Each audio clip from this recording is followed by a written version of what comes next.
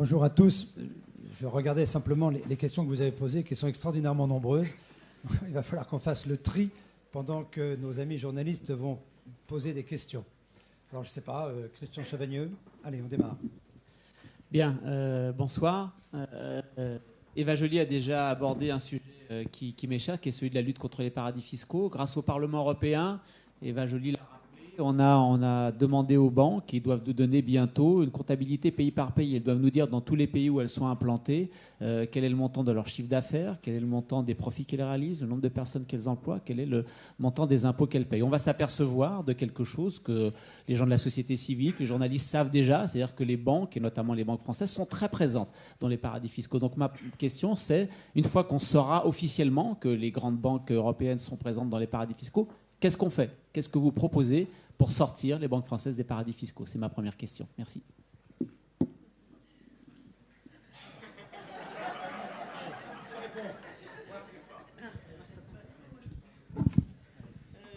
On applique le principe que propose mon candidat à la présidence de la Commission, c'est-à-dire que les activités des entreprises doivent être fiscalisées là où elles sont faites.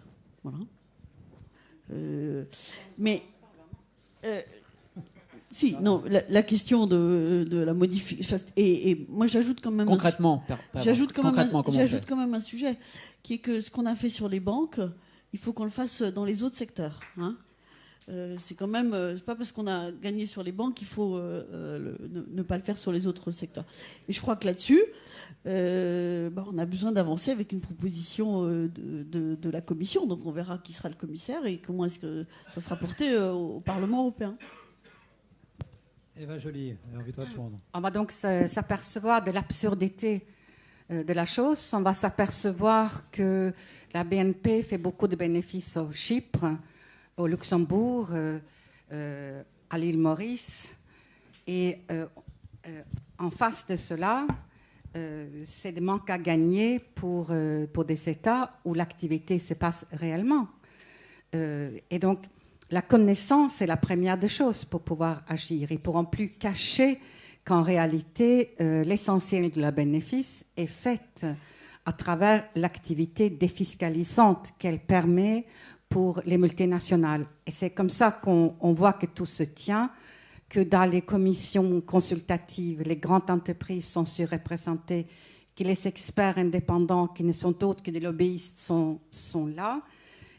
Et donc, ce n'est pas pour rien que tous ces régimes sont si favorables, mais la connaissance est pour moi la première des stades pour pouvoir prendre de nouvelles règles comptables. Et nous devons arriver, évidemment, à supprimer cette fiction que l'activité de l'entreprise se trouve à l'île Caïman, où ce n'est qu'une boîte à lettres, comme chacun sait. On a déjà vu qu'ils commencent à s'y préparer, c'est-à-dire que les grandes entreprises, maintenant, ils n'ont plus simplement un gestionnaire, ils mettent aussi une ou deux personnes, ça ne coûte pas très cher, pour pouvoir dire que nous avons une activité réelle. Vous savez qu'il n'y a pas de doctorant en flux financiers illicites. Il n'y a pas de doctorant en comment est-ce que les multinationales ne payent pas d'impôts.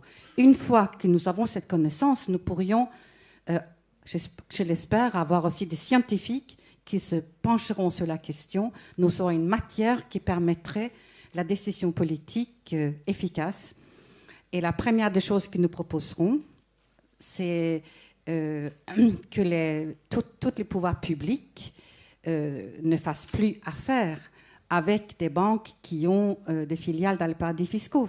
Nous l'avons déjà commencé dans la région parisienne, par exemple, sur l'initiative d'Europe Écologie. Et donc, il y a un certain nombre de mesures que nous pouvons prendre tout de suite. Mais pour moi, ce point aveugle de la finance, il va arrêter d'être aveugle. Ça va être comme le nez au milieu de la figure. Et cela va faciliter le travail aussi de la séparation de l'activité bancaire, parce que nous apercevrons combien le financement à travers des canaux qui participent aux flux financiers illicites sont importants.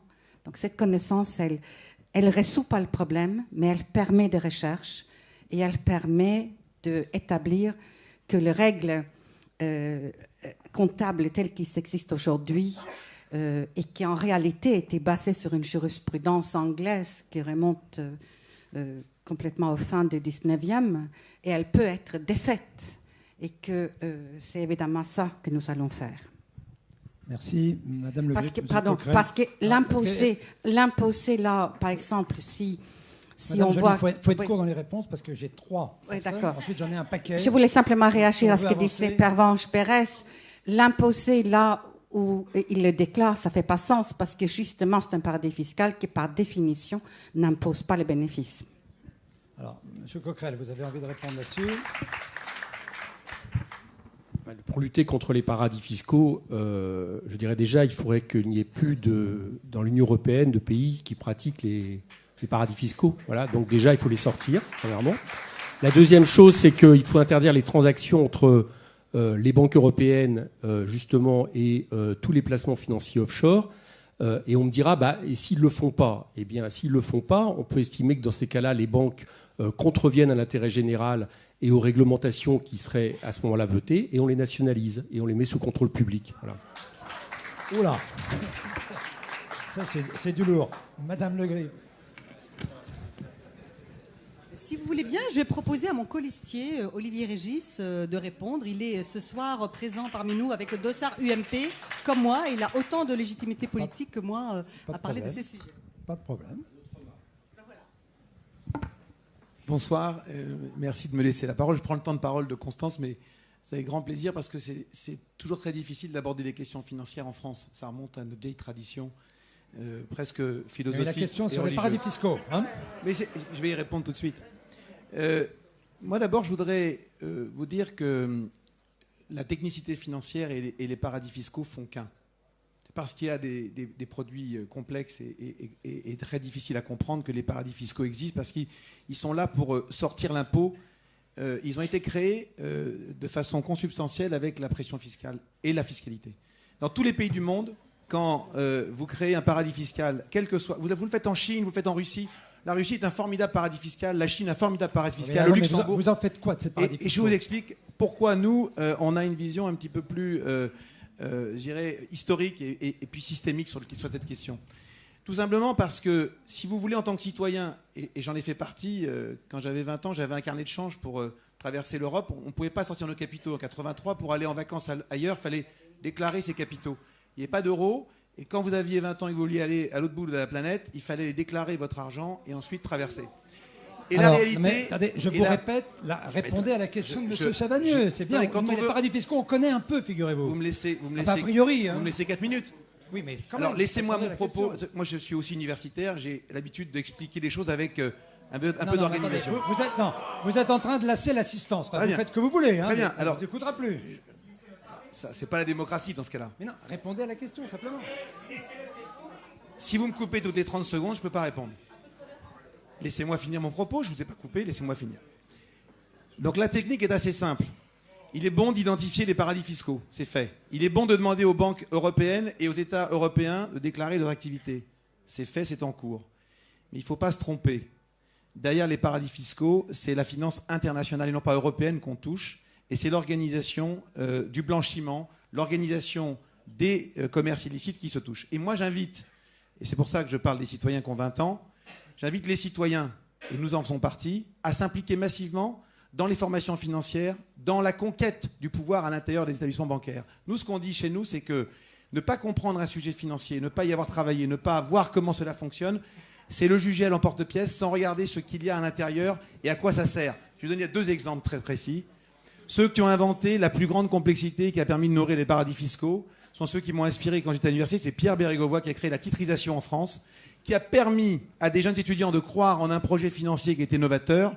C'est Pierre Bérégovoy qui l'a créé, c'est Pierre Bérégovoy qui l'a fait voter, et c'est comme ça que des centaines d'étudiants, y compris ici dans les anciennes générations, se sont lancés pour comprendre les métiers financiers. Et moi, je dis, il ne faut pas jeter le bébé à l'eau du bain. Les banques françaises ont beaucoup de défauts, mais elles sont exactement organisées comme toutes les banques du monde. Et la question de savoir si en France, aujourd'hui, on veut supprimer les paradis fiscaux, la réponse est oui. Est-ce qu'on veut les supprimer seuls avec notre vision d'éclairage du monde? La réponse est insuffisante. Si on veut éclairer le monde, et si on veut rendre les paradis fiscaux à ce qu'ils doivent être, c'est-à-dire zéro et néant, Il faut qu'autour de la table, la négociation européenne soit faite, mais qu'au-delà de ça, la négociation avec la Russie, la Chine et l'ensemble des pays qui sont dans les zones de blanchiment soit traitée. Or, aujourd'hui, cette question est traitée chez nous. C'est un petit peu comme si on voulait imposer notre vision du monde au reste du monde, mais le reste du monde, pendant ce temps-là, galope, blanchit et légalise ce que l'impôt n'a pas été payé dans le pays d'origine. Et bien moi, je dis qu'aujourd'hui, cette vision de nationalisation que vous évoquiez à l'instant, elle est valable pour un pays s'il veut le faire. Elle n'est absolument pas opérante si on veut l'appliquer au plan de la finance internationale. D'accord, merci. Alors, Madame Ange. Je veux revenir sur les problèmes de l'union bancaire, parce qu'on pense que tout le sujet est derrière nous, et je pense qu'au contraire, il est devant nous. Alors, j'ai deux questions. La première, c'est qu'il est question donc, que la BCE fasse une série de stress tests sur une série d'établissements bancaires européens.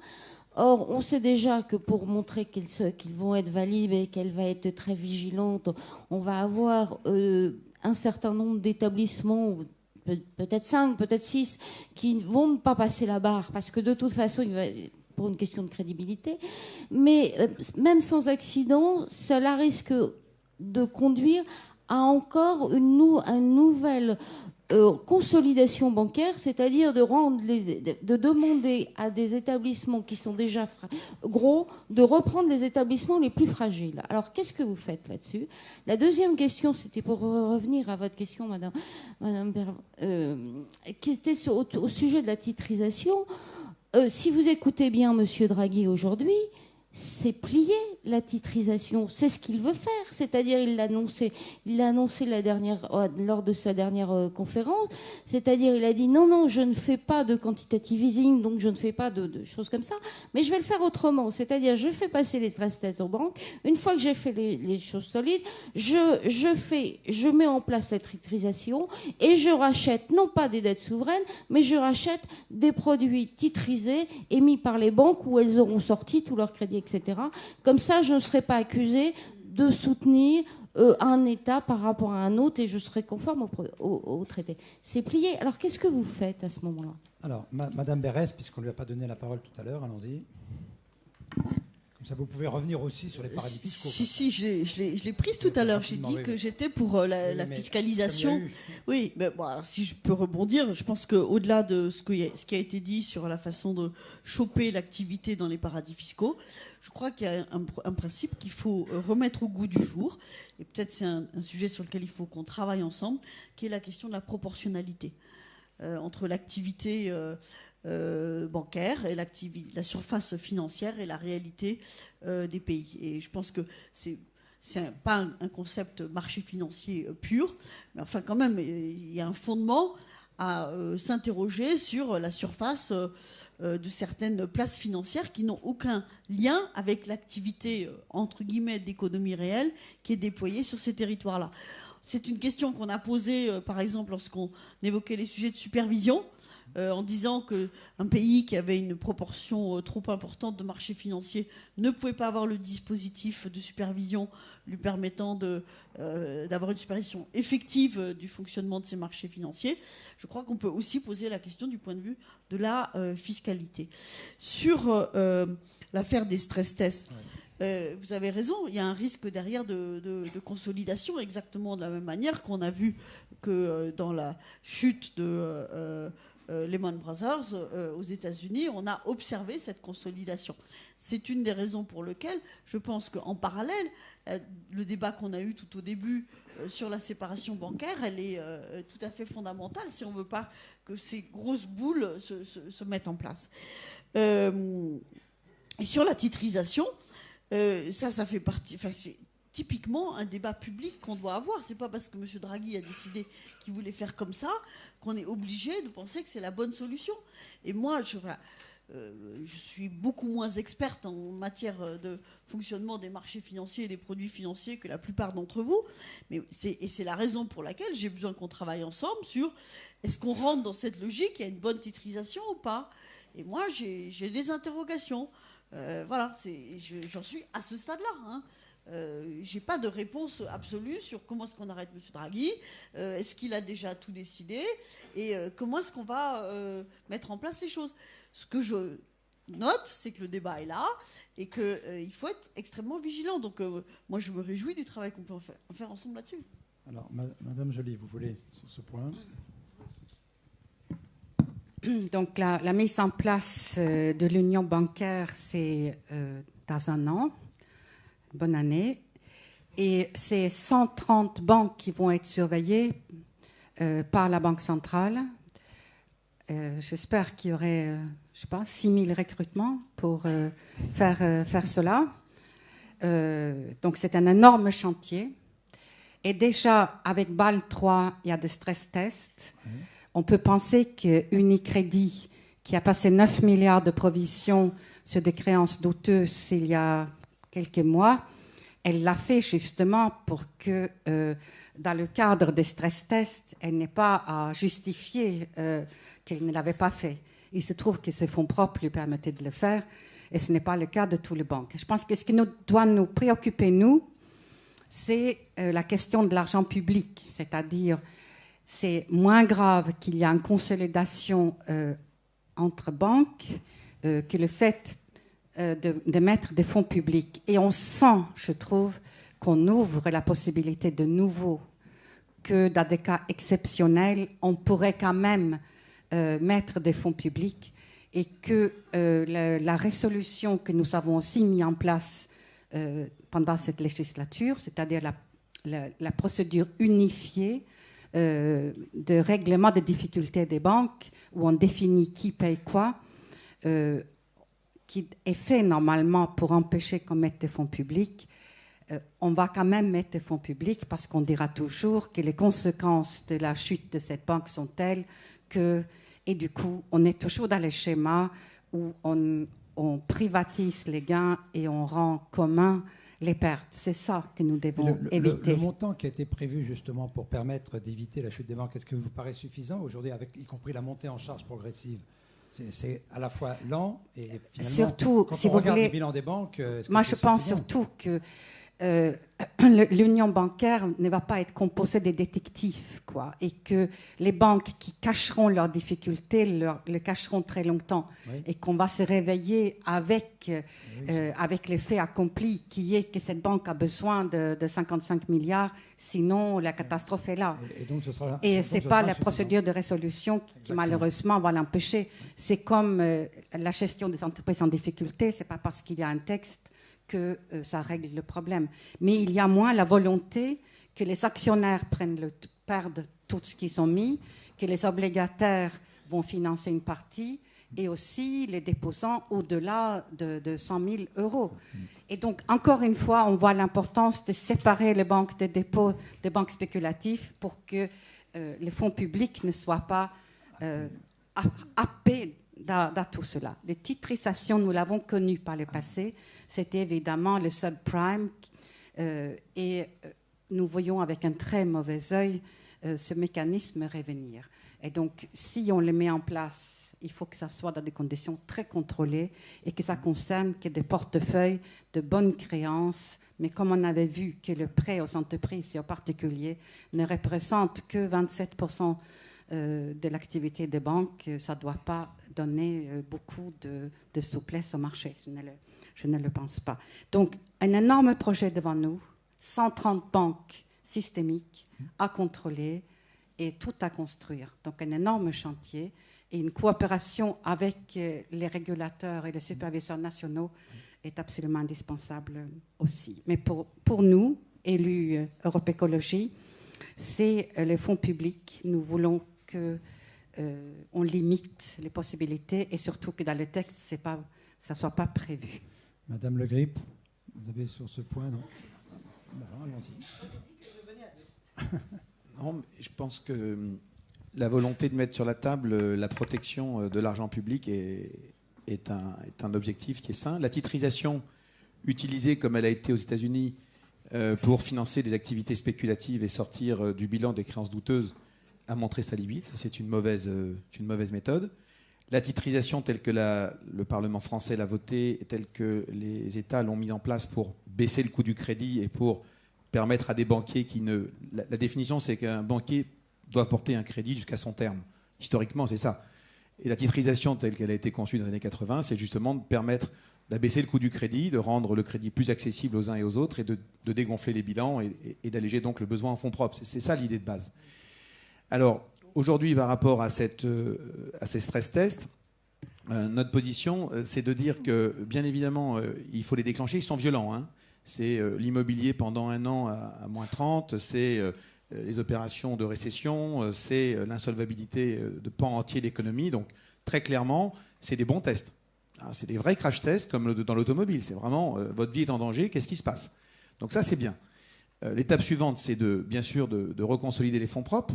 Là, pour le coup, je vais dire à Mme Joly qu'elle a raison sur un point, c'est qu'il faut que l'argent public ne soit pas utilisé pour refinancer les activités dites spéculatives.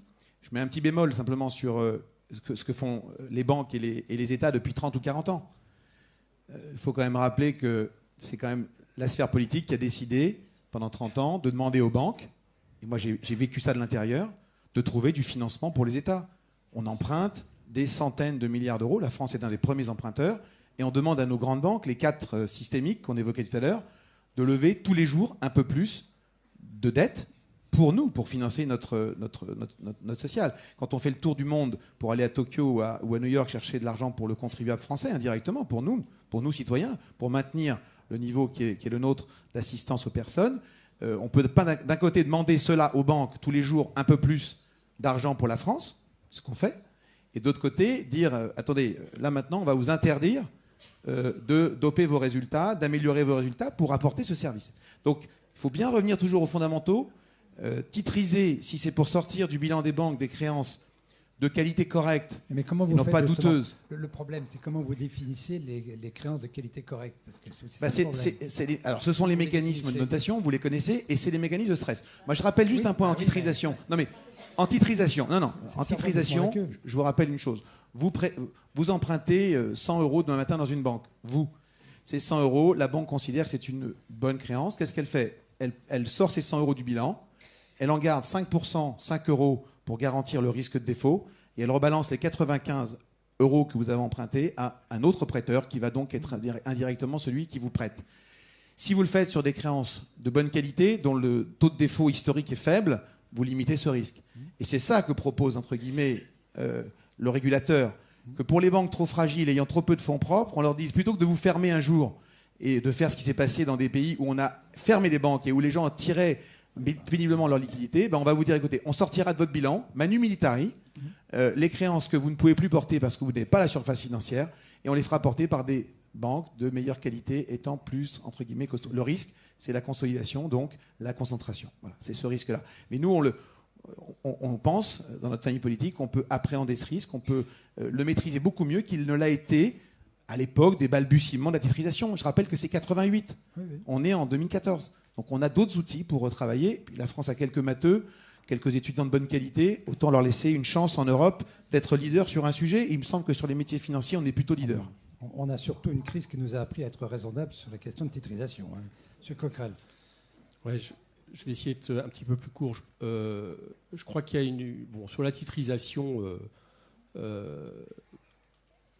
dirais comme Pervenche Berès, pour une fois que je ne suis pas non plus un spécialiste. Nous, on est plutôt plus que sceptique, et on est en tout cas pour le réduire à tout ce qui pourrait être activité ayant un lien avec l'utilité publique. Bon, c'est peu dire parce que ça ne nous semble pas être la préoccupation. Mais je crois que je voulais revenir sur ce que disait Pervenche tout à l'heure sur le fait effectivement que la Banque Centrale Européenne et son président n'a pas à dire ce qui doit être ou pas. Mais le problème, c'est qu'il a la liberté totale de dire ce qui doit être ou pas. Parce qu'il est totalement indépendante par les traités, je le rappelle. Ça, c'est une des questions que j'avais. C'est comment on peut faire avec cette indépendance totale de la Banque centrale. Donc le problème de fond, il est là. Bon. Et j'entendais mon voisin parler des banques à qui on ne pourrait pas demander de venir aider les États. Bon, je rappelle d'abord elles ont d'abord été aidées par les États en 2008 et de manière considérable pour éponger leurs dettes.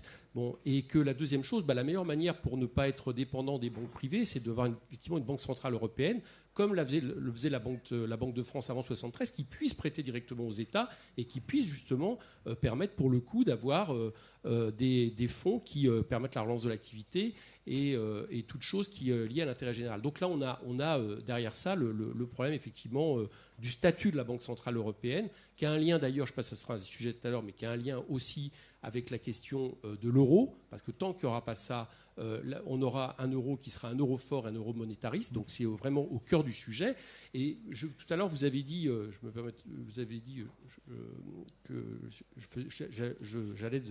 faisais du lourd, entre guillemets, en parlant de nationalisation de pôle public. Je vous rappelle quand même que c'est pas parler des soviets que de parler ça. Il n'y a pas très longtemps. Non, mais j'ai entendu, mais c'est pas proche. C'est tellement peu habituel que vous avez vous-même réagi en disant quelque part vous envoyez du lourd. Bah oui, je veux dire oui, il faut réfléchir effectivement à un pôle public bancaire et avec une banque centrale européenne qui puisse prêter directement aux États. Et je crois que ça remet en question, et c'est le fond finalement du débat que nous avons ici, non pas le fait de superviser, je dirais, les défauts des banques qui... moi, je ne fais pas de morale. Elles font leur boulot. La finance fait son boulot. La finance n'a pas...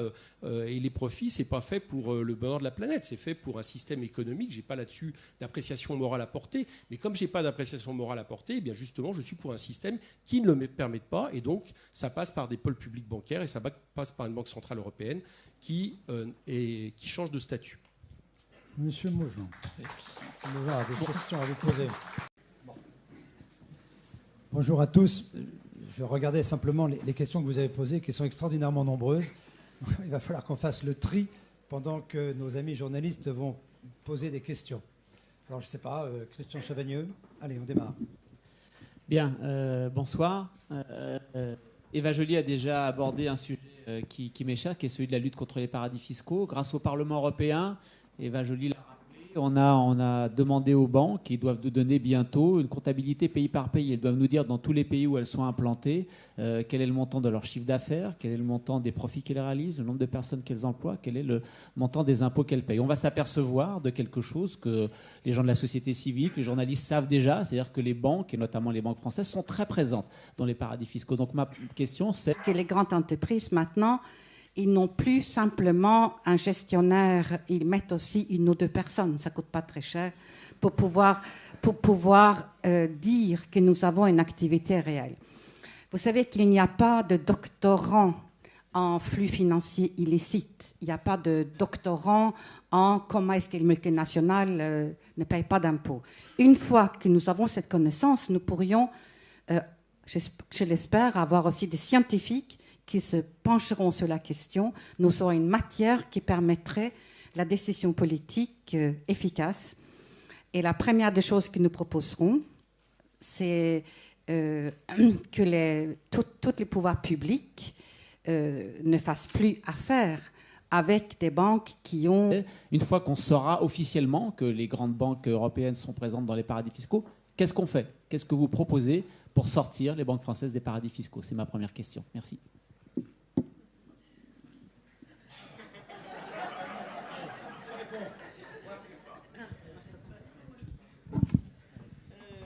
On applique le principe que propose mon candidat à la présidence de la Commission, c'est-à-dire que les activités des entreprises doivent être fiscalisées là où elles sont faites. Voilà. Si, non, la question de la modification. Et moi, j'ajoute quand même. Concrètement, j'ajoute quand même un sujet qui est que ce qu'on a fait sur les banques, il faut qu'on le fasse dans les autres secteurs. Hein. C'est quand même... L'essentiel de la bénéfice est fait à travers l'activité défiscalisante qu'elle permet pour les multinationales. Et c'est comme ça qu'on voit que tout se tient, que dans les commissions consultatives, les grandes entreprises sont surreprésentées, que les experts indépendants, qui ne sont autres que des lobbyistes, sont là. Et donc, ce n'est pas pour rien que tous ces régimes sont si favorables, mais la connaissance est pour moi la première des stades pour pouvoir prendre de nouvelles règles comptables. Et nous devons arriver, évidemment, à supprimer cette fiction que l'activité de l'entreprise se trouve à l'île Caïman, où ce n'est qu'une boîte à lettres, comme chacun sait. On a déjà vu qu'il commence à s'y préparer. C'est-à-dire... C'est pas parce qu'on a gagné sur les banques qu'il faut ne pas le faire sur les autres secteurs. Et je crois que là-dessus, on a besoin d'avancer avec une proposition de la Commission. Donc on verra qui sera le commissaire et comment est-ce que ça sera porté au Parlement européen. Eva Joly, elle a envie de répondre. On va donc s'apercevoir de l'absurdité de la chose. On va s'apercevoir que la BNP fait beaucoup de bénéfices au Chypre, au Luxembourg, à l'île Maurice. Et en face de cela, c'est des manques à gagner pour des États où l'activité se passe réellement. Et donc, la connaissance est la première des choses pour pouvoir agir. Ils ne pourront plus cacher qu'en réalité,